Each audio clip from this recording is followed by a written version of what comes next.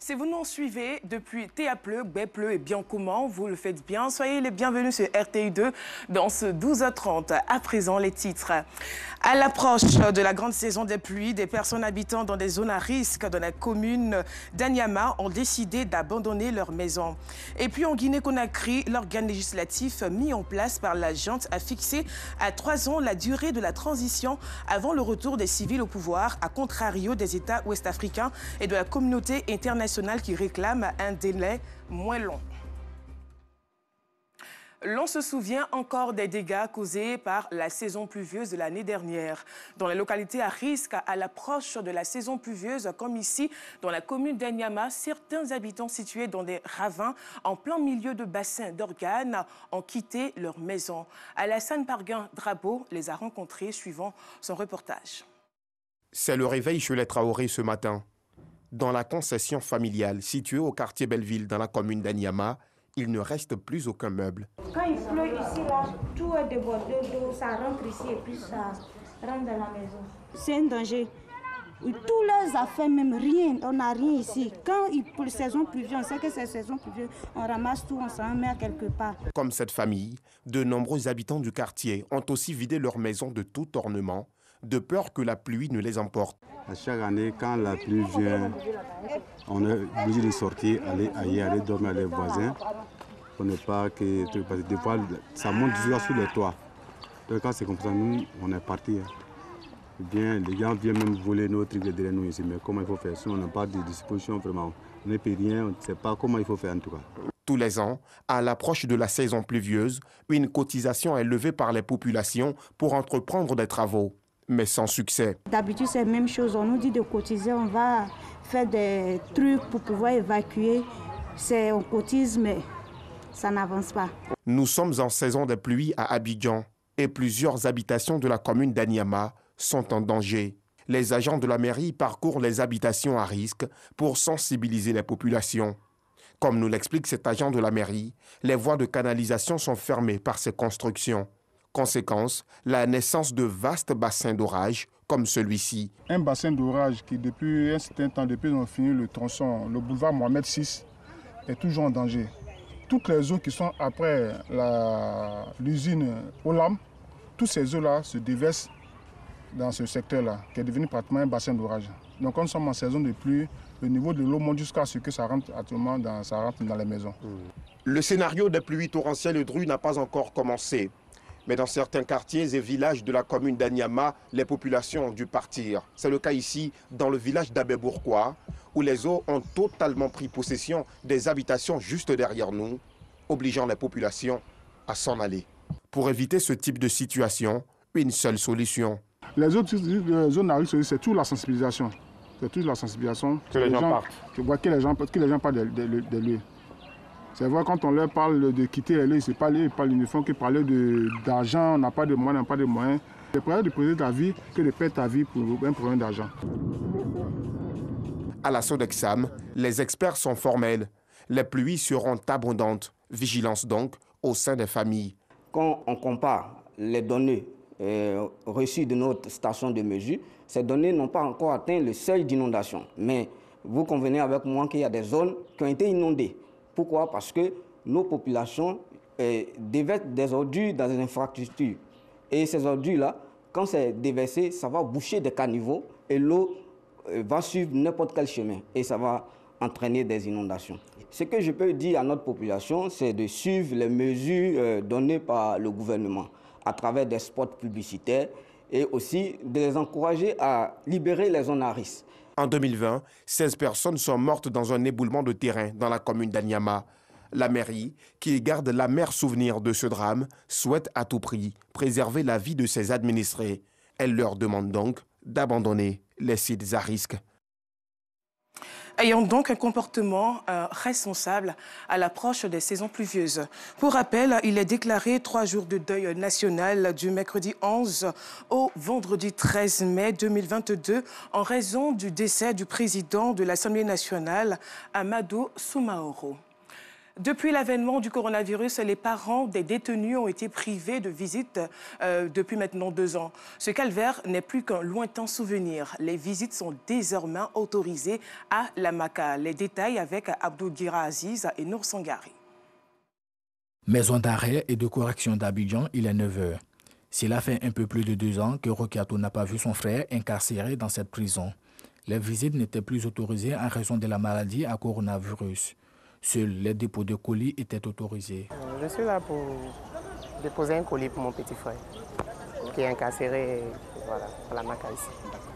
Avant, quand on arrivait, j'entrais quand même, je le voyais, je le touchais, on échangeait, vraiment. Ça réconfortait au fait. Depuis le corona, quand on arrive, il n'y a pas de visite, on n'arrive pas à entrer. En tout cas, le simple fait de venir ici, tout près de lui, et puis ne pas le voir, voilà. C'est ce qui est insupportable. Depuis l'avènement de Corona, il faut reconnaître que les choses sont devenues encore plus difficiles. Quand les parents arrivent, ils sont stockés au niveau de ce préau. Ici, nous ne faisons que des dépôts colis. Les visites sont strictement interdites. Les parents des visiteurs. Les gens arrivent à notre niveau ici, ils sont complètement désemparés. Aujourd'hui, les parents des détenus peuvent leur rendre visite à nouveau à la Maka, en respectant les mesures barrières. Nous avons été instruits par le ministre de reprendre, comme on appelle, les visites les parents qui peuvent peut-être venir voir leurs parents dans la détention. Donc ça a été pris par un arrêté.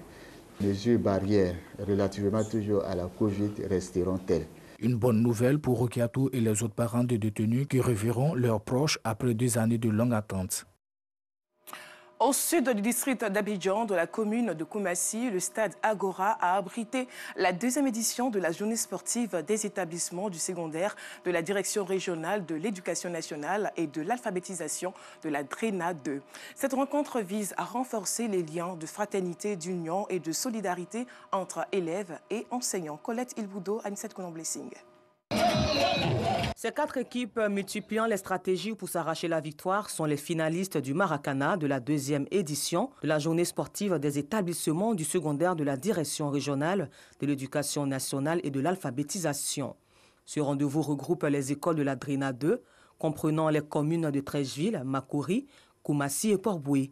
L'initiative de l'amicale des personnels du collège adventiste Abidjan, AMP-CCA, soutenue par le conseil municipal. Elle a pour but de raffermir les liens entre les enseignants, renforcer la fraternité et surtout rapprocher les écoles. Au niveau du collège adventiste, nous avons pensé qu'il fallait créer un autre cadre plus convivial, plus récréatif pour permettre aux enseignants, un temps soit peu, de déstresser et de permettre, n'est-ce pas, à l'esprit de se reposer, de se réjouir. Après 15 minutes de jeu et de convivialité, l'équipe du collège La Colombe en rouge et blanc remporte cette 2e édition. Elle a battu le collège adventiste par 2 buts à 1. Nous nous sommes préparés jusqu'à maintenant. Nous sommes très fiers d'avoir gagné ce trophée. L'honorable député de Koumassi, Kader Ouattara, a salué l'initiative et le climat de fraternité qui a prévalu. Il invite donc les populations à poser des actes pour consolider la paix. Je voudrais vous demander de privilégier donc ce fair play afin qu'il n'y ait pas d'incident ici à Koumassi. Et je voudrais une fois de plus vous dire que ce soir, il n'y aura pas de vainqueurs, il n'y aura pas de vaincus. C'est la DRENA 2 qui sortira donc vainqueur et ensemble vous allez donc savourer.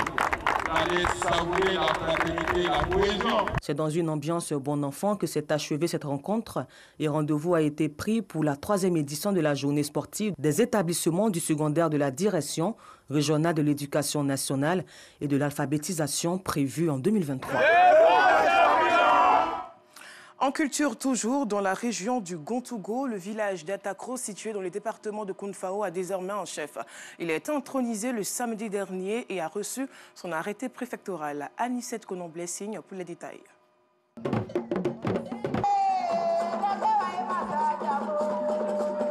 Chants et danses de réjouissance pour introniser Nana Kwame Kwadio Léon, nouveau chef du village de Atakro, situé dans la sous-préfecture de Tienkwakro, département de Kounfao, région du Gontougo.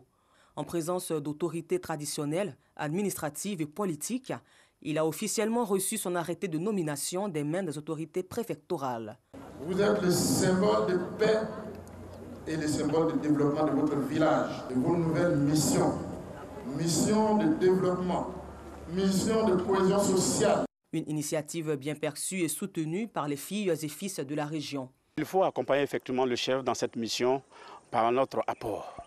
Il faut que nous puissions mettre autour de lui une équipe dynamique qui va l'aider dans sa tâche, ô combien de fois difficile. Nous allons être un relais pour lui. Nous l'invitons à assurer son rôle de relais auprès de l'administration. Gage d'une quiétude à Atakro, avec cette légitimité, commence une nouvelle vie du don de soi.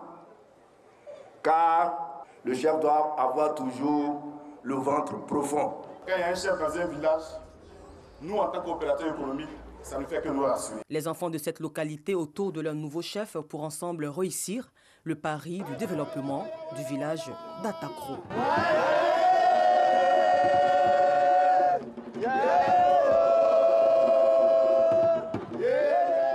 Également culture, il s'est tenu au campus CEPI de l'Université Nord-Sud de Yopougon la 3e édition de Quotient intellectuel et talent artistique d'Abidjan, le KITA. Cette rencontre de jeu cérébral a pour but de contribuer à la fusion des arts, de la culture et du bien-être intellectuel au service de l'esprit. Cette année, 4 rubriques, à savoir le génie en herbe, les faits historiques, les danses traditionnelles, les concours culinaires et les talents cachés ont été choisis pour rythmer cette édition et permettre aux étudiants de se concourir. Afficiata Karamokodoso. La 3e édition du concours interuniversitaire Quotient intellectuel talent artistique KITA a tenu toutes ses promesses. Ils sont venus nombreux, ces étudiants des établissements du groupe Université Nord-Sud Institut Fama, vêtus de tenues aux couleurs de différentes cultures ivoiriennes. Génie en herbe, faits historiques, danses traditionnelles, concours culinaires ainsi qu'une rubrique consacrée aux talents spéciaux ont constitué les principales épreuves du concours. Le ministre du Tourisme et des Loisirs, Siondou Fofana, par ailleurs parrain de la cérémonie, a rappelé l'importance des compétitions en milieu scolaire qui façonnent et révèlent les talents. Notre présence est l'accompagnement de l'État de Côte d'Ivoire à cette belle initiative qui aujourd'hui démontre à souhait combien de fois la jeunesse ivoirienne est avide de loisirs, de détente, mais de culture. Un pari donc réussi pour ce rendez-vous qui s'est fixé pour objectif de reconnecter la jeunesse avec les valeurs culturelles tout en offrant un cadre de divertissement et d'apprentissage. De nature, nous aimons rassembler les étudiants. On a 9 campus et on se dit pourquoi pas allier le ludique à tout ce qu'il y a comme intellect et tout ce qui va avec et académique. Voilà, c'est dans ce sens-là qu'on se dit qu'on crée le KITA, qui est le quotient intellectuel et talent artistique. On a vu des talents inimaginables et on veut vendre encore, comme je dis, la Côte d'Ivoire et nos talents. Au terme des différentes compétitions, c'est le MIDID de l'Institut Fama de la Riviera Bonuma, le grand gagnant de cette rencontre, qui repart avec la copieuse somme de 1 million de francs CFA. Après 3 semaines acharnées, voilà, nous avons au fil du compte remporté cette épreuve-là et nous sommes vraiment contents. Cette 3e édition du KITA s'est soldée par un concert avec à l'affiche les artistes du moment. Je l'annonçais à l'entame de ce journal, en Guinée-Conakry, l'organe législatif de la transition a adopté hier en session plénière le chronogramme qui doit permettre le retour à l'ordre constitutionnel. Mais le vote a réservé une surprise. La durée de la transition a été revue à la baisse. 36 mois au lieu de 39 proposés par le chef de la junte, le lieutenant-colonel Doumbia. Voilà la fin de ce journal. Merci de l'avoir suivi. Le programme, quant à lui, se poursuit sur RTI2. À demain.